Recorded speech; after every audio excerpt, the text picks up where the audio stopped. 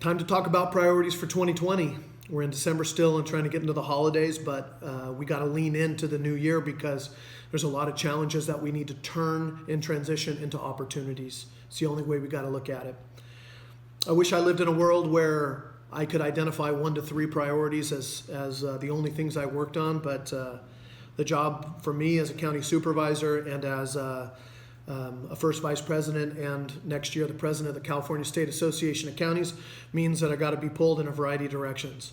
It means decreasing homeless issues and population in our area, increasing housing, improving watershed health, managing our behavioral health and health system programs. All of these under the sun are things that we need to deal with each and every day.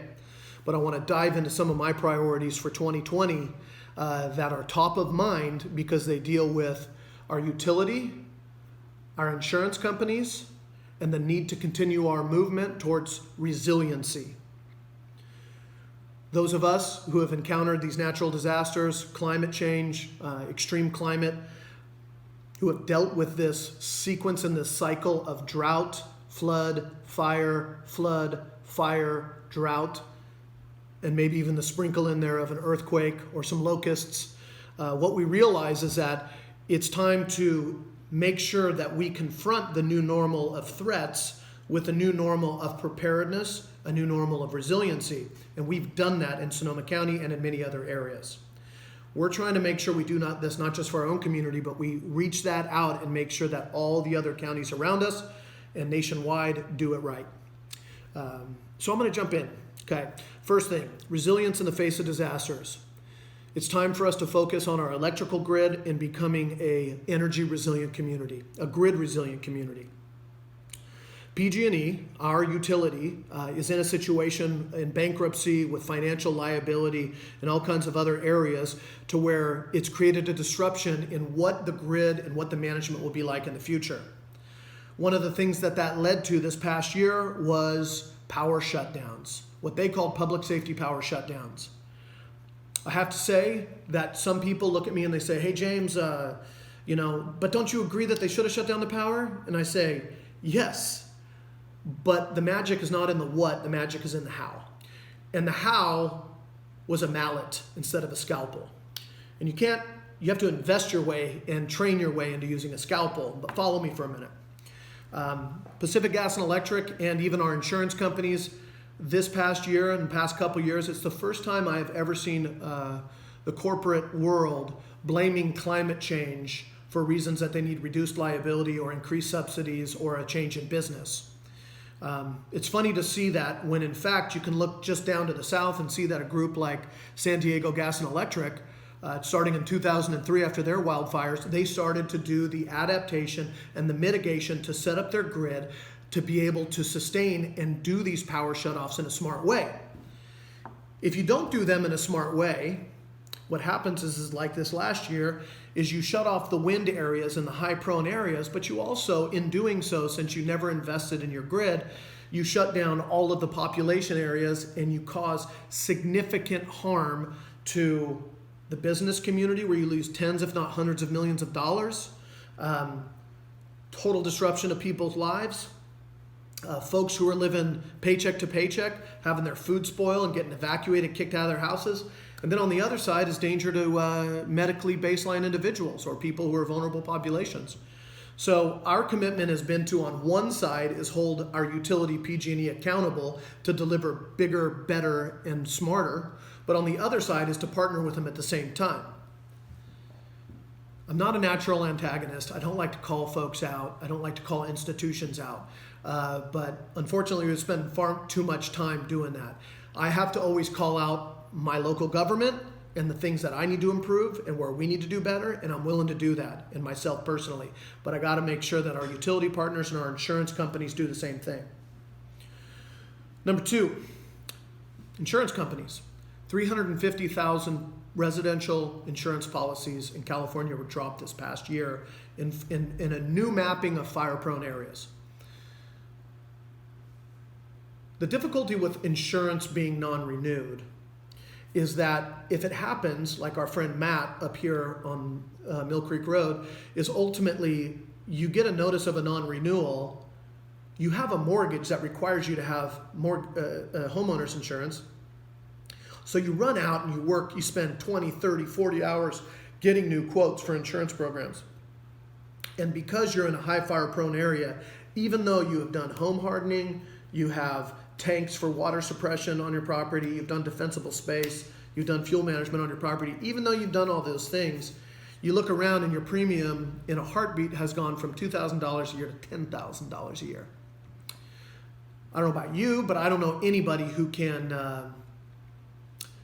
just take on after taxes $650+ a month and load it on for their insurance. Now, for people, if they live in a high fire prone area, should their insurance be more expensive than others? Yeah, I pay more. I'll pay more. I have no problem with that. But the issue is that when you have had somebody who has built a relationship with an insurance company, and so like all of a sudden my friends who are part of the local Rotary Club who've been selling insurance, and I've had them for 20, 30 years, and then in a heartbeat, the corporation sends me a non-renewal notice, and I'm SOL. I'm sitting out there trying to figure out what's going on. That is not the right way to do business, and that is not fit the jingles about being good neighbors and being on your side that insurance companies promote in their commercials every day. So what we're trying to do is hold accountability and also, once again, partner with the insurance companies at the same time. There's no enemies here, but there is accountability, and we have to be willing to have these blunt, uncomfortable conversations to get to a better place. So number one, I was proud to stand at a press conference last week with Insurance Commissioner Ricardo Lara and call for a moratorium on the dropping of insurance policies throughout California in areas where there was fire this past year. That means immediately that more than 800,000 residential policies will be protected for up to 1 year. They cannot be non-renewed or dropped by an insurance company, and it gives absolute necessary breathing room to residences in those areas. 140,000 of those will be in Sonoma County and around the other areas around the Kincade Fire. Now that's a stopgap. Now what happens going forward? Had a good conversation with the commissioner and quite a few others. We're going to be looking for transparency from the insurance companies on their rating maps. We're going to be looking for the allowance and ability for homeowners in areas of high risk to be able to mitigate and therefore qualify for different insurance programs. So if you say, yeah, I'm in a high wildfire area or a high flood prone area, I can set up my house in a way that should qualify me for insurance. So I'm going to invest to be able to be insured. Third thing is the need to build up the insurance of last resort. Currently, it's called the California FAIR program. And the FAIR program really is set up and it's paid into by many of the insurance providers around the state. It is an insurance of last resort, but it is not cheap and it is not close to comprehensive. So what we need to do is make that a more robust system and figure out what the right mix is of us and insurance companies and policyholders being able to play into it. So those are two big issues. Final thing I want to say is that this work actually works if you do it right. So we talked a little bit about the utility companies. We talked about the insurance companies. Now let's look at this past year, right? The Kincade Fire came. The firefighters defended Hillsburg, Windsor, and northern Santa Rosa. 200 homes were tragically lost. No civilian life was lost. It was a huge success in terms of response, preparedness even before that. And it was done because we really got smacked in the face 2 years ago by the 2017 Northern California fire siege, where we lost, unfortunately, in the North Bay area, more than 44 lives, 24 in Sonoma County. Alert and warnings didn't go out. People were evacuating in the middle of the night during the fires. And we learned from that, and the community demanded that we do better. Just like I'm demanding and asking for partnership from utilities and insurance companies to operate under the transparency, under the light of day like we had to take that hit on the chin as a local government that manages emergency services and turn around and do better 2 years later, to take the urgency and the permission of the moment to drastically improve the way you do business. It wasn't perfect, but we did have forecasting. We were ready for the red flag warning. Our emergency operations were up and running, not waiting for a fire to hit. Our utility had shut down power lines in many of the areas. We had pre-positioned, we had put money on the ground so that firefighters could pre-position and upstaff during this red flag warning, which means high winds, a lot of fuel ready to burn, and crazy winds and temperatures, right? When that fire started and when it roared and started to take over our community over the course of a week with 3 significant historic wind events, our folks were ready. We evacuated not just 2 entire towns in 4 hours, but we also evacuated 190,000 people out of 500,000 in our whole community. Those evacuations allowed our firefighters to fight the fire, to defend the flanks, and to save our homes and do their work. It was damn inspiring. On the other side, I think about how these gains made in alert and warning, evacuations, management, forecasting, how they were still the low-hanging fruit of the movement towards resilience. These were huge strides forward in preparedness and response.